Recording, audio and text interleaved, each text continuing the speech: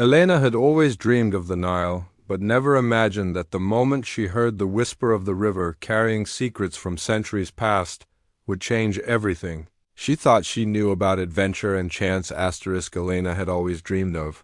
The Nile, but never imagined that the moment she heard the whisper of the river carrying secrets from centuries past would change everything. She thought she knew about adventure and chance. She sat at the corner table of a crowded Charo cafe, the heat of the city pressing in around her, the air thick with the scent of roasted coffee and spices, and the distant traffic weaving through narrow streets. She sipped her drink slowly, trying to catch fragments of conversations around her, when a voice reached her ears, low and urgent, almost a murmur carried across the noise, telling of journeys. Few ever saw a journey along the Nile, so beautiful it seemed impossible to describe, a river that ran like liquid gold past temples and villages and ruins hidden beneath the eternal sun. Her heart stirred with something she could not name.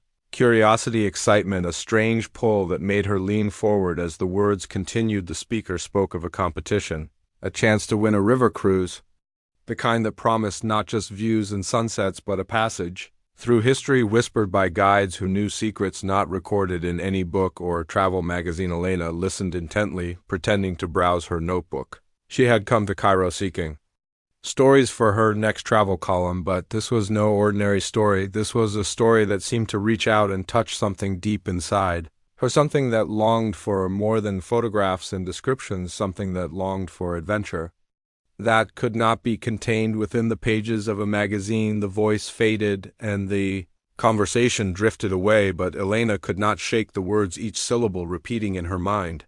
A river of secrets, a journey few had seen, and the promise of something waiting to be discovered. The next morning, she wandered the streets of Cairo, guided by intuition.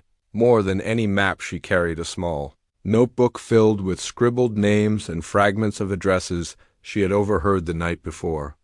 She navigated through markets alive with color and sound, the calls of merchants offering spices and textiles, the clatter of carts on cobblestones, the smell of fresh bread and frying falafel, each step closer to the river, pulling her deeper into a web she did not yet understand. She spoke with boat captains, their faces lined with years of sun and wind, and every word hinted at stories untold, every glance a silent warning of danger and mystery. She felt eyes on her, the weight of being watched.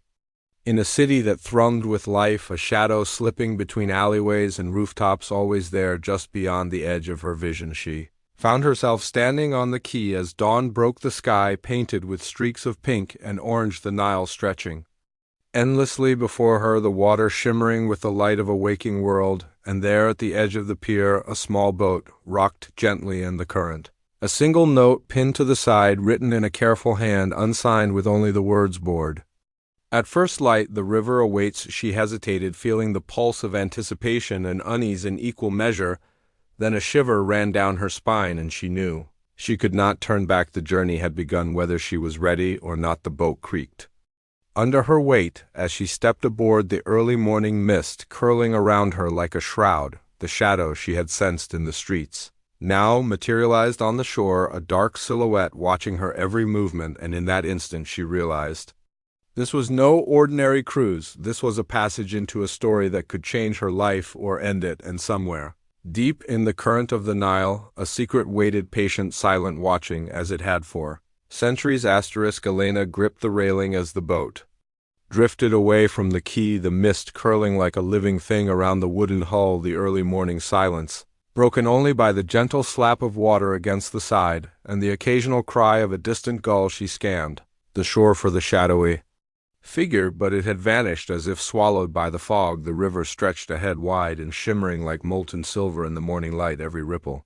a promise, every bend a mystery she did not yet understand. The captain was an old man with eyes the color of the river, deep brown and unreadable. He spoke little, but nodded when she asked questions, his hands moving with a practiced rhythm to adjust ropes and sails. She tried to gauge whether he could be trusted, but his silence was as opaque as the water below them. The boat carried them past villages half hidden behind reeds and palms, where laundry hung in lines like banners and children waved with wide-eyed curiosity. Elena tried to capture every detail, her mind racing with The knowledge that she was not here for pictures alone, she was following clues. Fragments of something far older than herself. The air smelled of river and mud, and the faint trace of incense burned in a temple. Somewhere unseen and every sense told her she was on the threshold of discovery. As the sun rose higher, the fog lifted, revealing temples that seemed carved from the very light itself.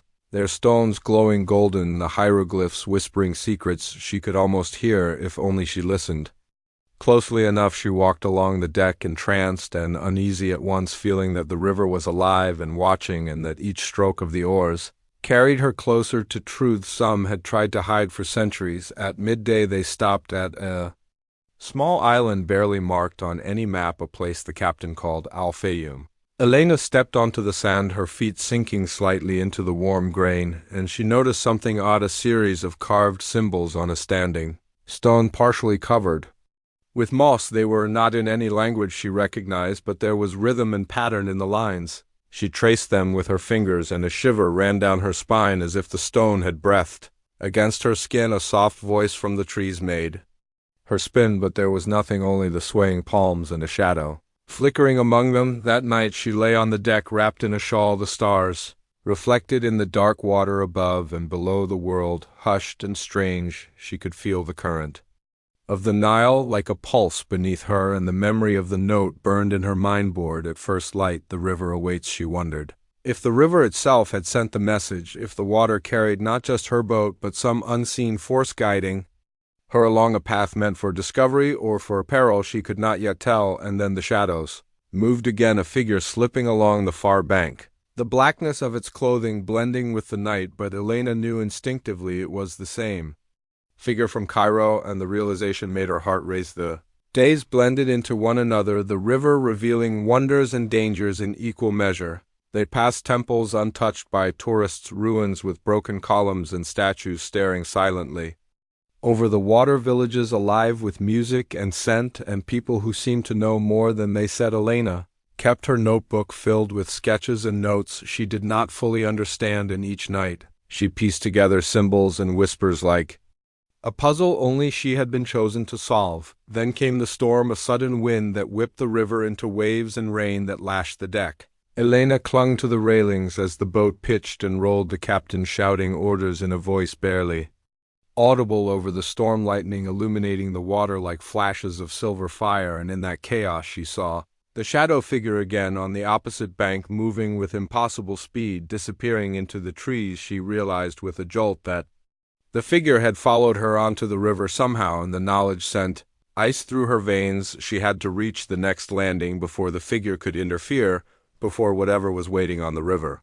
revealed itself fully. By dawn the storm had passed, and the Nile lay smooth and glittering under the rising sun. The air smelled of wet earth and fresh beginnings, and Elena knew she had survived something not by chance but by the river's own design. She looked toward the horizon, the next bend of the river hiding secrets she was not yet ready to uncover, and she felt a thrill unlike anything she had known before, for she was no longer a visitor. She was part of the river itself, a participant in a story unfolding as it had for centuries, and the shadowy figure would not be the last challenge. She faced the river, still held many more mysteries, and she was determined to follow them wherever they might lead. As the sun dipped lower behind the distant hills, casting long golden shadows across the Nile, Elena stood at the bow of the boat, feeling the gentle rocking beneath her feet, the river stretching endlessly ahead and behind her, reflecting the sky in streaks of amber and rose. She could not shake the feeling that the river itself was alive, that each ripple, each whisper of wind through the reeds carried messages from a past she was only beginning to glimpse. The villages they passed glowed softly in the late light, children's laughter drifting across the water, mingling with the cries of birds returning to their nests, and the smell of cooking fires curling into the air. Yet beneath the serenity there was tension. She felt it in the tightening of her stomach, in the quickened pulse, in the way the shadows along the bank seemed to move just slightly out of rhythm with reality.